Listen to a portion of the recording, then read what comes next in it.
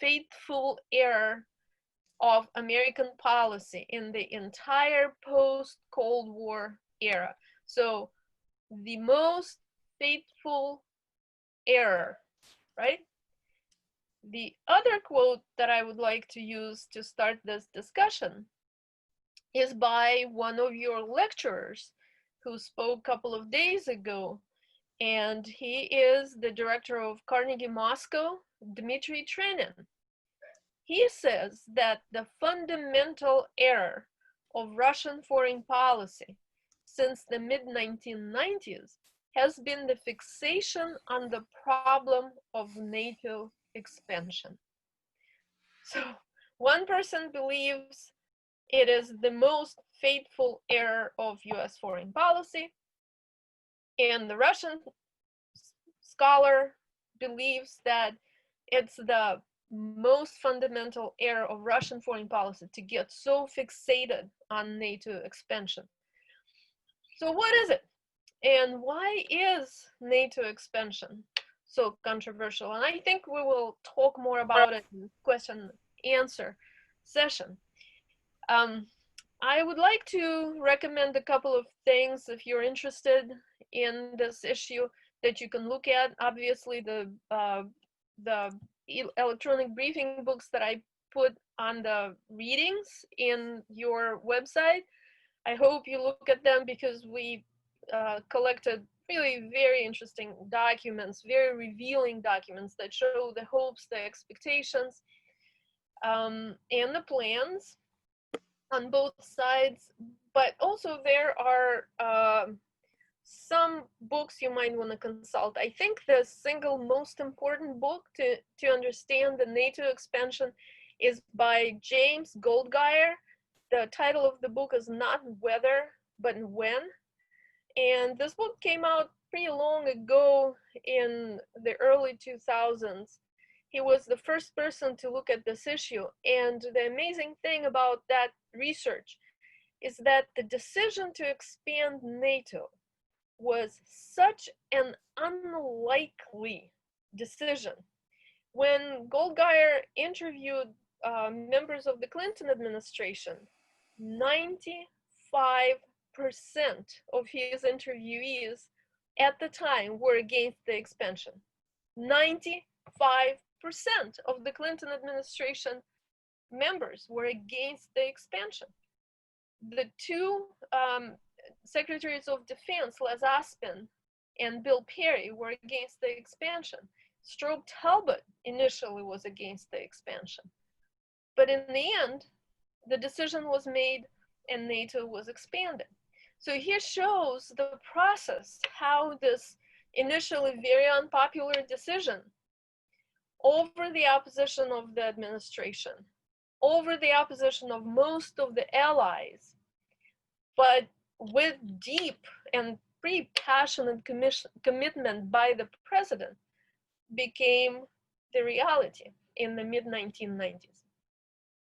So we will take it a little bit earlier. We will take a step back to 1990. We mentioned it in our previous lecture about the summits. And here I would recommend looking at Mary Saroti's book, 1989, when she is showing a wide-ranging debate in Europe in 1989, 1990 about the future of Europe. What were the visions of Europe? And if you look in 1989 and early 1990, again, even the existence of NATO, let alone expansion of NATO, was seen as a very iffy proposition because it seemed like the world was changing, and so the military blocs will also change or even dissolve.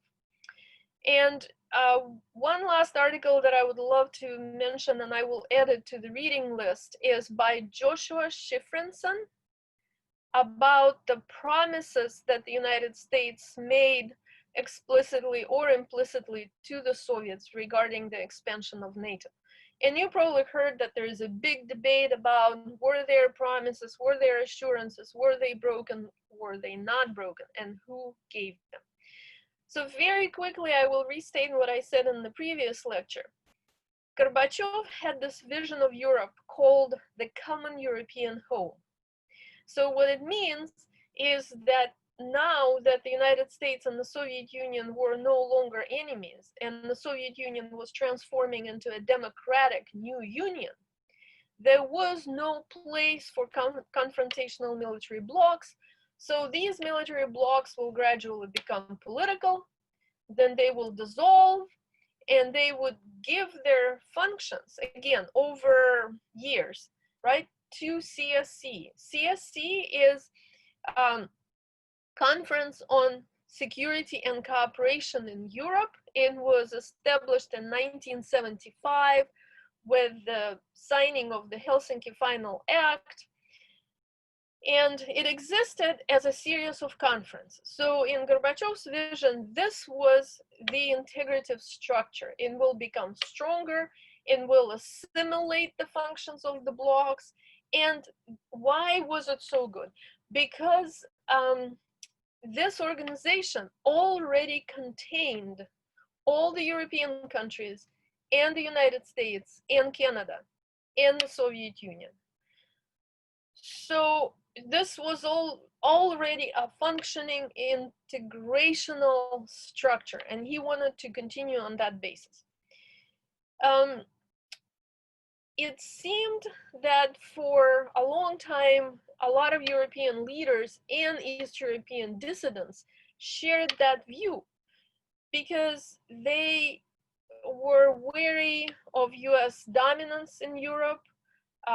East European dissidents and a lot of East European new leadership, especially Václav Havel, believed that all foreign troops should go home.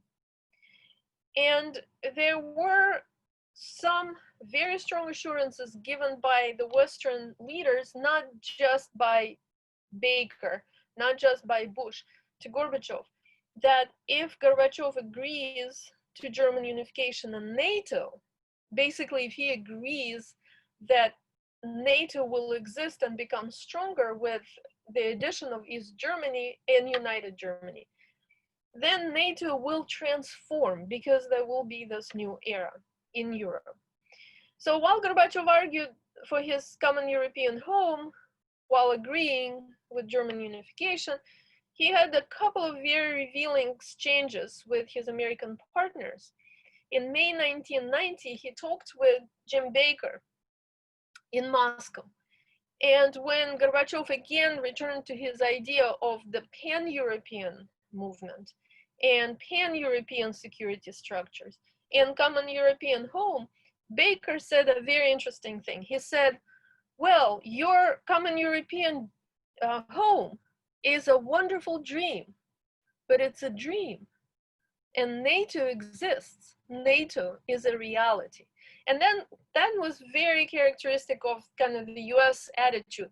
Why should we build something new when we have a structure that's already working? But to kind of soften the unification process for Gorbachev, they agreed to include his vision of common European home in the London NATO communique, which was passed in July 1990, saying exactly that NATO will transform, there will be a new NATO, and the European security structures will be built. But the decision-making within the Bush administration went in a way that said, you know, really, CSC and the European structures, they are a threat to the American role in Europe, and by that, to the American role globally. NATO is really the anchor of US presence and US influence in European affairs, on the one hand. On the other hand, there were a lot of members in the Bush administration who said, you know, these Europeans, they can't take care of themselves. As soon as America withdraws, they tend to get into really major conflicts. Look, World War I, World War II, and we don't want to withdraw now to then be pulled back in some of their conflicts. It's better to stay and keep peace in Europe. So by the end of 1990, the sense in the Bush administration was NATO's important, NATO is our anchor, and whatever nice words we say about the European structures, we will treat the NATO and NATO structures as most important, because that is the key to our global role. The question that many people asked us, would Bush, the elder, enlarge NATO if he won the second presidency? And it's a really interesting question, because it's one of those if missed opportunity, maybe, we don't know, it's hard to say, but it looks like maybe he would not have enlarged that, because he had 4 years in power left, and his legacy was already as the president who more or less saved NATO by helping Germany unite in NATO. Now, I will mention a couple of things here that I would call the intervening variables. So we have planning and thinking going on both in the Soviet Union, later in Russia, right? And in the US. But apart from what they are planning and thinking, there are things that's happening. And the first intervening variable was Yugoslavia. The wars in Yugoslavia began threatening the European peace and the European security in a way that was not anticipated. The dissolution of the Soviet Union was going rather peacefully, but in 1991, we have the beginning of real cruel conflicts in Yugoslavia, and the Europeans did not know how to deal with them. In fact, some European countries like Germany began giving recognition to parts of now split Yugoslavia, thus kind of exacerbating already beginning military conflict.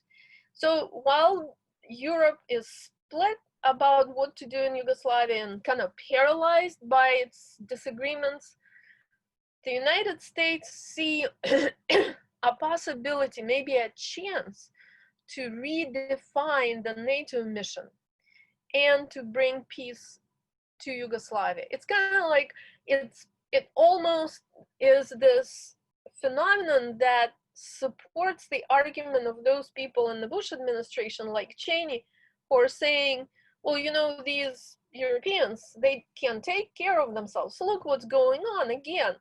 So this is why NATO has to stay. This is NATO's role. But Yugoslavia is not a member of NATO, right? Nobody has been attacked. So they start thinking about NATO's new role as a peacekeeper. And there's a new concept that's being added. It's called out of area operations, which means, you know, it really is not NATO's territory and nobody has been attacked, but it's Europe and there is a need for peacekeeping. And this is where NATO countries and non-NATO countries could cooperate. Along the same time, there is another very interesting intervening variable. The East Europeans, now new regimes in power for 1 or 2 years, they see what's going on and they gradually redefine their views of the European future. They see where the wind blows and where their future lies. They disband the Warsaw Pact in March 1991. It's been basically defunct since the German unification, but now it formally disbands, and there is no organization of the East.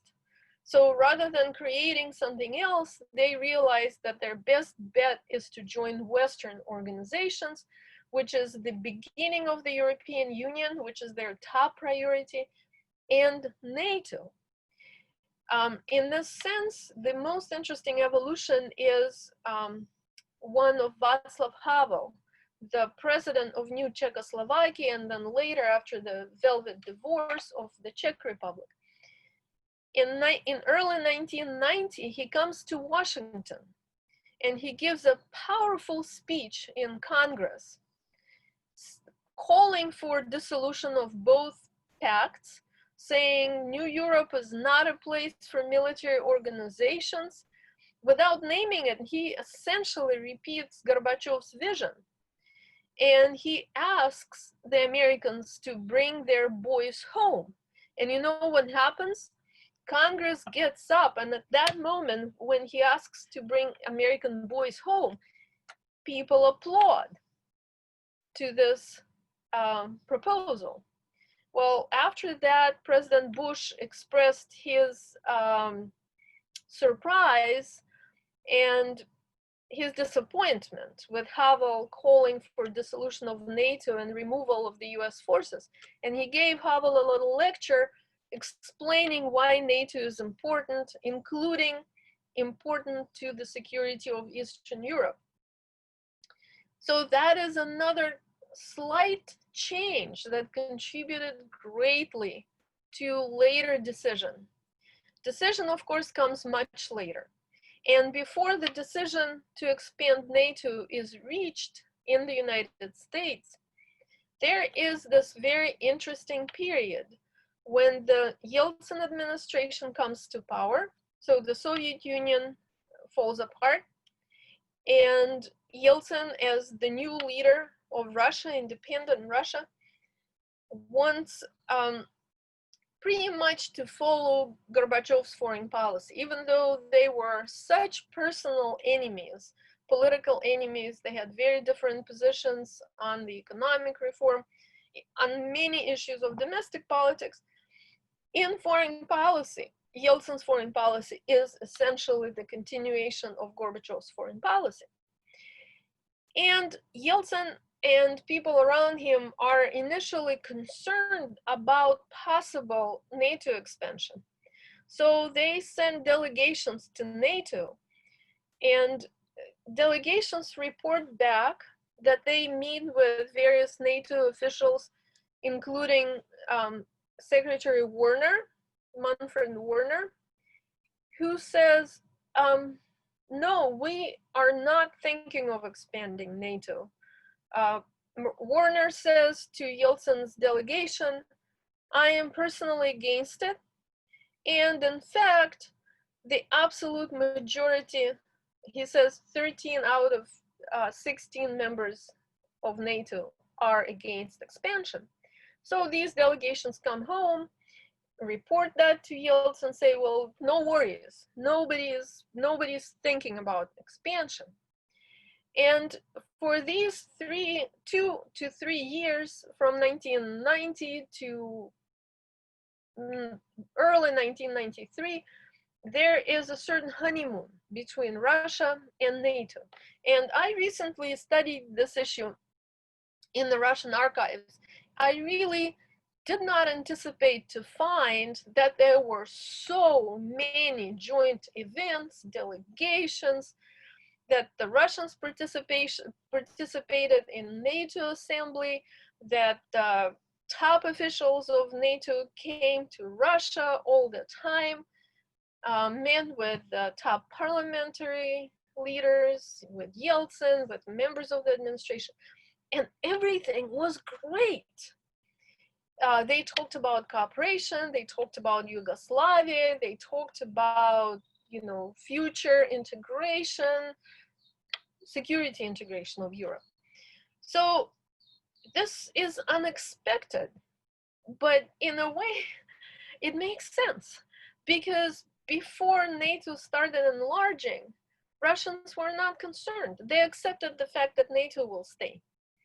So what happens on the other side of the ocean is that the new Clinton administration comes to power, and it does not come to power with a goal to expand NATO.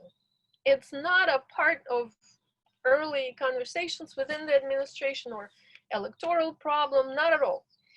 But in the spring of 1993, the leaders of East European countries come to Washington for the opening of the new Holocaust Museum. And during those meetings, they tell Clinton that it would be nice to integrate Eastern Europe, really integrate Eastern Europe in major European institutions. And they would have preferred to be integrated in the European Union, but the European Union was not taking them yet. So the fastest way to be integrated seemed to be through NATO. What's interesting is that at that point, they did not argue on the basis of a Russian threat. They did not say, oh, look, maybe with the exception of Poland. Lech Walesa, the Polish leader at the time, did say that, you can never trust the bear. You can never trust the bear. You have to keep the bear in the cage. But other people said, no, you should not isolate Russia. Things will only get worse in Europe if you isolate Russia. Russia has to be integrated too. But they all argued for not being left behind, not being left in limbo, in the zone between the new Europe that was integrating and Russia that was deeply mired in crisis. So within the Clinton administration, there were several people who believed very passionately that NATO should be expanded. But they did not quite think that there is this Russian threat yet. They believed that Russia was democratizing. And in fact, they very genuinely, most of them, believed that the United States could and should help Russia with its democratic reform. But they saw expansion of NATO, and Tony Lake was the biggest proponent, and the National Security Advisor. He was the biggest proponent of expansion of NATO on the grounds that joining NATO would guarantee and ensure the democratic reform in those new states. So they saw expansion of NATO not as an expansion of a security alliance, but as an expansion of the zone of democracy. They believe that with NATO, if those countries are willing and interesting to make that choice, they will also kind of cement their democratic choice. And so that made sense. Now, another surprising discovery is that in the internal documents of the Clinton administration, you see that they did not really exclude Russia. There is a very famous memorandum of the summer of 1993 written by Lynn Davis, which proposes a timetable for NATO enlargement. And it envisions Russia, Ukraine, and Belarus joining NATO in 2005. So on the one hand, they saw it as just kind of, this democratic expansion. On the other hand, some members of the administration were also, kind of in the back of their heads, they were still under the shadow of the Cold War stereotypes. And they thought, well, it would be nice if we had this NATO as a hedge against the possibility that Russia would go bad. Well, okay. They probably did not realize what a strong opposition would emerge in Russia to the expansion. And this opposition emerged very early on. Even though Russia never took any actual action to push back on NATO expansion, the NATO expansion issue was the single issue in the 1990s on which there was a consensus in the entire political elite and the population. Even as Russia was struggling with economic reform, split into factions, forming, 100 or so parties, even through the armed conflict between Yeltsin and the parliament, the only one issue they agreed on, all of the factions, was that NATO expansion would be harmful to the Russian interests. So some people in the Clinton administration understood it and were warning the president that he should not speed up the expansion. Like I said, the majority in the administration were against the expansion in general, but also especially against the speedy expansion.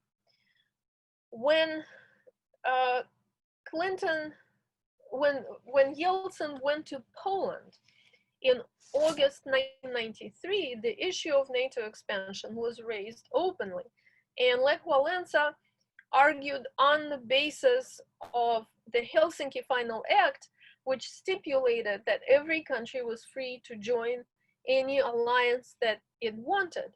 He asked Yeltsin directly, and Yeltsin said, of course, we cannot object against your right to join any organization that you want. That was immediately presented as, well, Yeltsin just said, go ahead to Polish membership in NATO. That in itself led to very big recriminations within the Russian political spectrum and to attacks against Yeltsin as, you know, giving away this Russian, maybe not right, but Russian chance to prevent the expansion. Was there such chance? Probably there wasn't. While Yeltsin was trying in letters, in direct conversations, to plead essentially with Clinton not to expand, explaining that not just the moderate opposition, but the political elite and the country were against this decision. And this decision would play to strengthen the hand of the Russian conservatives. Clinton genuinely believed that he would be able to persuade Yeltsin that NATO would expand, but it would not be an expansion against the Russian interest. Within the Clinton administration, the strongest opponents of fast expansion were around Bill Perry, Secretary of Defense. And in the Pentagon, they came up with a very interesting alternative. The alternative that now most do not about, because it kind of was never full-fledged. It never, the alternative was called Partnership for Peace. Partnership for Peace was supposed to be inclusive. Partnership for Peace was open for anybody to join. And the idea was that the Partnership for Peace would be in place for that period of time between now, 1993, and sometime in the future when NATO would expand. But meanwhile, all the countries in Europe, including Russia, could be part of this partnership. And in the partnership, they will learn to work together with Western security institutions, with NATO, and the main on peacekeeping. Now, a couple of words about the Clinton administration priorities with Russia and on Yeltsin's administration priorities with the United States. So was very committed to the Russian reform. In terms of personal commitment to Russian reform, to the success of the Russian Democrats, you know, it's probably impossible to compare him to any American president. And the best book to read about that is by Strobe Talbot. It's called The Russia Hand. And everybody thinks it's Strobe Talbot, who was Deputy Secretary of Defense, responsible for Russian newly independent states. But actually it is about Clinton, because Clinton literally thought about Russia and the fates of Russian democracy every day. Very good, but Clinton also had other priorities, and that was the problem. The problem was that there were several priorities that involved Russia, including his political priorities, arms control, the future of Europe, and ultimately his legacy. Arms control was a very strong administration. They needed unfinished arms control agreements from the Bush era, start to, and then go on to start the issue of anti-ballistic missile defense, and a very important issue of denuclearizing former Soviet republics of Ukraine, Kazakhstan, and Belarus. For that, they needed Yeltsin. They needed Yeltsin to stay in power. They needed to negotiate with Yeltsin, because if opposition came to power, it was unlikely that these priorities would be fulfilled. Now, on part of Yeltsin, Yeltsin still believed that he inherited a superpower. But the real difference between the Gorbachev period and was the leader of Russia is that there was no superpower. The Soviet Union was a superpower who, in voluntary or forceful way, held its word in practically every global conflict. Russia was a power that lost its military bloc, lost its organization of economic integration of East European countries, and it was dealing with very acute economic and identity conflicts. And here comes another intervening variable. This country that saw itself as democratic, right, in the process of democratic reform, by the fall of 1993, found itself in a military confrontation between the president and the parliament. And this is a very important issue for the NATO discussion, because this is really a turning point where people looked at what's going on in Russia and said, well, is it really going to be a democracy? So when Yeltsin shelled his own parliament, disbanded the constitutional court, and banned the Communist Party for a short period of time, constitutional court ruled against it, and then called new elections and a referendum on a constitution which gave him essentially super presidential powers, many people in the West had to confront the issue. They still need Yeltsin there, and his opposition does not look very good. They look more communist, more nationalist, but Yeltsin is the only person we can deal with. So he's using very undemocratic methods, but he is the only one who can deliver on our priorities. The decision to actually expand NATO over dealing with building Partnership for Peace was made in early 1994, but clearly a big role in that decision was this factor of where is Russia going. And people lost the complete confidence that Russia was going to become a democracy. This crisis and the military resolution of the crisis scared a lot of people around the world, and primarily it scared East Europeans. After the constitutional crisis, as it was called, East Europeans realized that these people can come to power in Russia. If even the top Russian Democrats are using artillery against the parliament, what would the communists do, or nationalists, if they come to power? And now they felt genuinely insecure, and they appealed to the United States now more powerfully on the grounds of security to become NATO members.